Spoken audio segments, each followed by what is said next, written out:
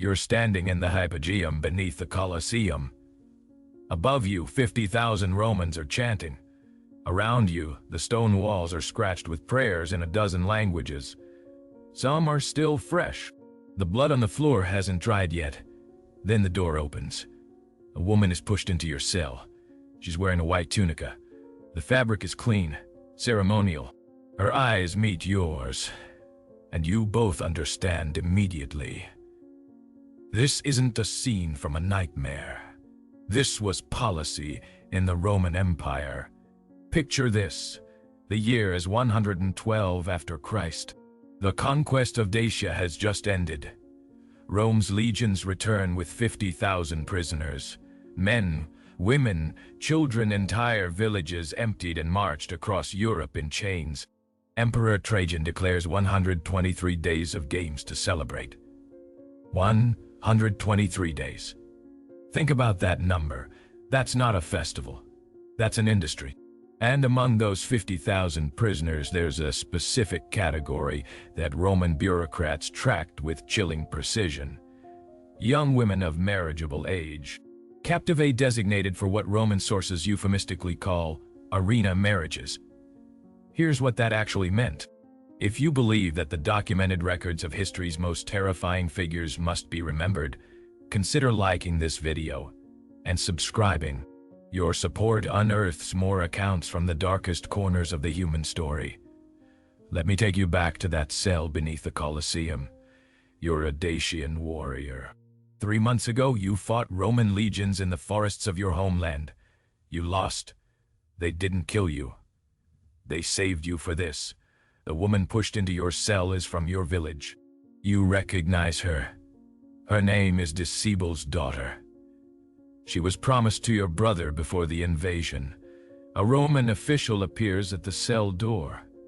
He speaks through an interpreter. The crowd has voted. You will be married tonight. In the arena. If you refuse, you both die now. If you comply, you live until tomorrow's games. Read that again. The crowd voted it. This wasn't the decision of one mad emperor. This was participatory cruelty. 50,000 Roman citizens raising their hands, choosing which prisoners would be forced into these rituals. Think about what that means about civilization. The guards lead you up the ramp. The roar of the crowd gets louder with each step. Then you emerge into the arena, and the sound hits you like a physical force. The afternoon sun blinds you. When your eyes adjust, you see them. Thousands upon thousands of faces, eating, drinking, laughing. In the center of the arena, there's a raised platform. On it, a priest waits. He's holding a scroll. This is going to be ceremonial. Here's what makes this especially sinister. They didn't just force physical acts. They ritualized them. They created a perverse mirror of sacred Roman marriage ceremonies, complete with priests, witnesses, and legal language. Archaeological evidence from Pompeii includes graffiti that casually references these spectacles. Saw 3 arena marriages yesterday. The German girl fought back. Crowd loved it. Read that again. The German girl fought back. Crowd loved it. Resistance wasn't just expected, it was part of the entertainment. The priest begins speaking in Latin. You don't understand the words, but you understand the structure. He's reciting marriage vows. The crowd quiets down to hear. The woman next to you is shaking. You're both standing on sand that's still dark with blood from the morning's executions. Above you, the crowd watches with the same casual attention they gave to the animal hunts earlier. The priest finishes. He gestures for you to take her hand. Here's the psychological calculation that should terrify you. By forcing prisoners into a ritualized ceremony, Rome wasn't just inflicting violence. They were forcing complicity. Every moment you don't resist, you're choosing survival. Every gesture you make toward the ritual, you're participating in your own degradation. That choice between death and dehumanization, that's the machine. You take her hand because the alternative is immediate execution. The crowd roars approval. Then the priest gestures toward a small structure at the edge of the arena. It looks like a tiny house. The roof is decorated with flowers. The door is open. That's when you understand what comes next. The structure is called a cubiculum, a bedroom chamber. Archaeological excavations beneath several Roman amphitheaters have found these. Small enclosed spaces with distinctive features. A raised platform that served as a bed. Ventilation slits near the roof. And here's the detail that haunts me. Acoustics designed to amplify sound outward. The architect who designed these spaces made specific choices to ensure that what happened inside could be heard by the crowd. Think about that level of systematic cruelty. This wasn't improvised. This was engineered. You're led toward the cubiculum. The woman is sobbing now. The crowd is chanting.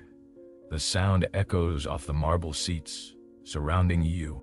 Roman sources document what happened next with bureaucratic precision. The historian Martial writes about these spectacles as if they're theatrical performances.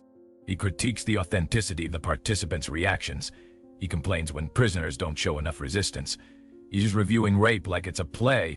Inside the cubiculum, there's just enough light to see. The walls are stone. There's straw on the floor. Outside, the crowd is still chanting. And here's what the historical record tells us happened.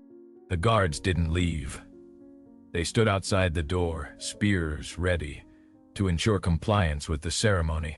That's the actual terminology used in later Roman legal documents discussing arena procedures. Stay with me here because this gets worse. The duration was timed. Roman sources reference appropriate ceremonial completion as a requirement before prisoners could be returned to the cells. Guards used water clocks clepsydre to time various arena events.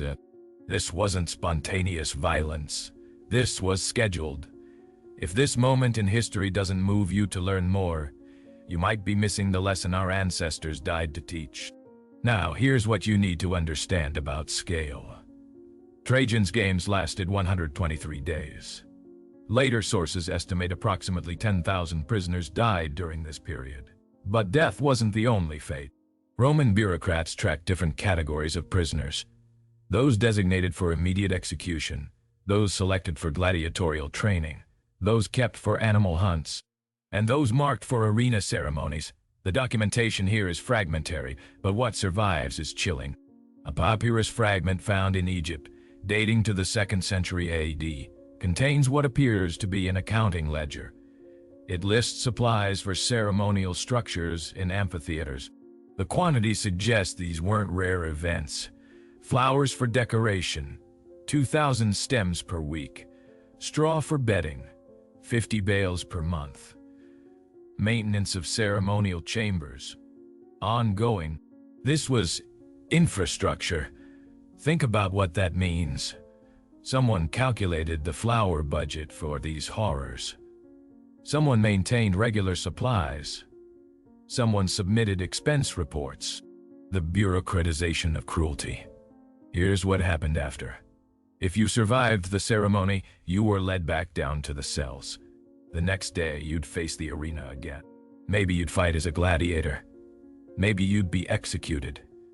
Maybe you'd be forced into another ceremony. The uncertainty was part of the psychological torture. Some prisoners lasted weeks in this cycle. Contemporary accounts mention that experienced gladiators sometimes recognized faces among the arena marriage victims, people they'd seen before, forced to perform again. The repetition wasn't random, it was strategic.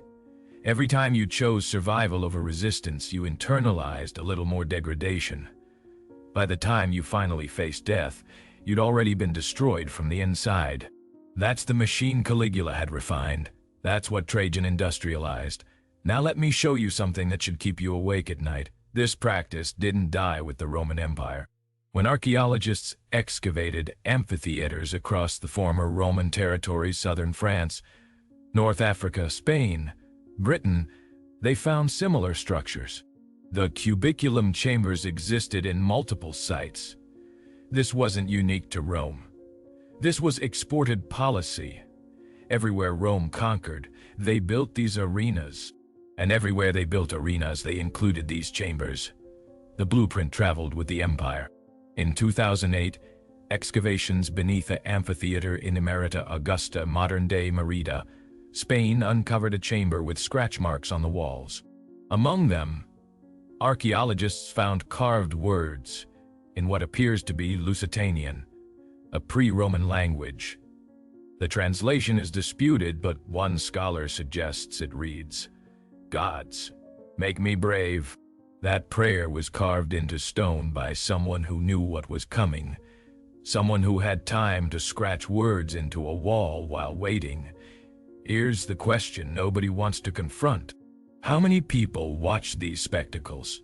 Conservative estimates suggest the Colosseum alone hosted 50,000 spectators. Amphitheaters across the empire varied in size, but major venues held 15,000 to 30,000. These weren't secret rituals. These were public entertainment. Thousands of people bought tickets. They brought their children. They ate snacks. They cheered. And then they went home and considered themselves civilized. That's what should truly terrify you about this history. Not that monsters exist, we know that, but that ordinary people, in broad daylight, with full awareness, can participate in systematic cruelty and call it culture. The Roman poet Juvenal, writing in the early 2nd century, mentions these spectacles in passing. He doesn't describe them as shocking. He describes them as boring. Another arena marriage, he writes. The crowd barely pays attention unless something unexpected happens. Read that again. The crowd barely pays attention. It had become so normalized that people were bored by it. That's the real horror. Not the existence of evil, but its domestication. Now, here's what happened that made Rome eventually stop. It wasn't morality. It wasn't Christianity, despite what later sources claim. It was economics. By the mid-3rd century AD, Rome's supply of prisoners began to dry up. The empire had stopped expanding. Fewer conquests meant fewer captives. The cost of these massive games became unsustainable. Additionally, gladiatorial training schools started complaining. They wanted prisoners for professional fighters, not for ceremonies. A trained gladiator represented a significant investment. Random executions and rituals were wasting valuable assets. So the practice declined, not because it was wrong, but because it was inefficient. Think about that. The thing that finally stopped this horror wasn't human decency.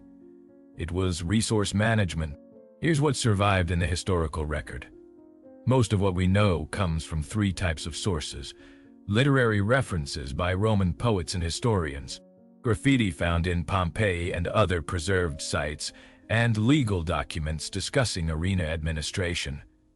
The victims themselves left almost nothing. No letters, no memoirs. Just scratch marks on cell walls and prayers carved into stone in languages that died with their speakers. That silence is deliberate. Rome was extraordinarily good at documentation. They kept detailed records of everything: tax collection, military campaigns, building projects. But the experiences of arena victims? That wasn't worth recording. Their humanity was erased by administrative indifference. In 2019, researchers using ground-penetrating radar discovered additional chamber structures beneath the Colosseum that hadn't been fully excavated. The Italian government halted further investigation, citing preservation concerns and respect for the site's dignity.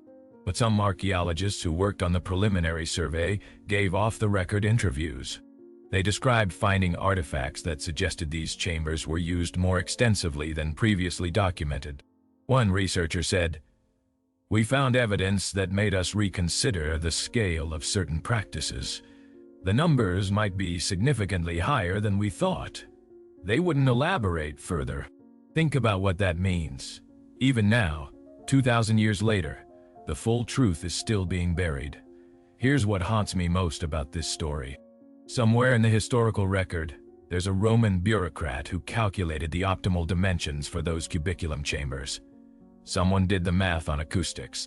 Someone tested different designs to maximize auditory projection. That person went to work every day, probably had a family, probably considered himself a professional, and his job was engineering the architecture of public sexual violence.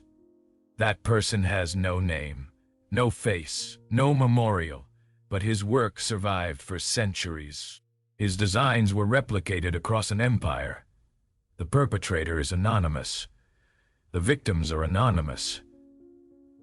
Only the system remains. That's the lesson Rome tried to erase from history. Evil doesn't require monsters. It requires systems. And systems are built by ordinary people doing ordinary jobs with extraordinary cruelty.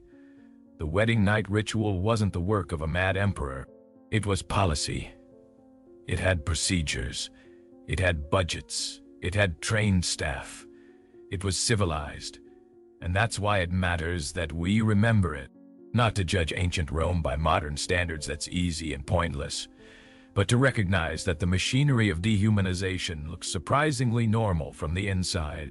Those 50,000 spectators in the Colosseum weren't demons. They were people like us. They loved their families. They valued education and art. They built aqueducts and roads and libraries. And they also paid money to watch human beings destroyed for entertainment. Both things were true. That's the uncomfortable reality we inherit from Rome. The cubiculum chambers beneath the arena are gone now. The Colosseum is a tourist attraction. Millions visit every year. They take photos. They imagine gladiator battles. Very few know about the wedding night rituals. That erasure isn't accidental. It's continuation of Roman policy. Even in death, the victims are denied witness. But the archaeological evidence remains. The graffiti survives. The scratch marks on cell walls can still be seen if you know where to look. And in those marks, you can see the pressure of desperate fingers. The depth of the grooves tells you how hard someone pressed, how long they worked, how important it was to leave some trace. That's what defiance looked like under Empire. Not grand gestures, not heroic battles.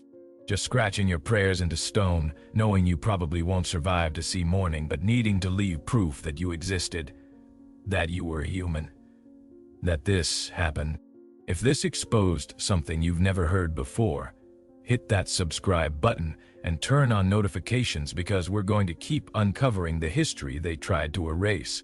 Drop a comment with your thoughts on how we remember difficult history, and I'll see you in the next investigation.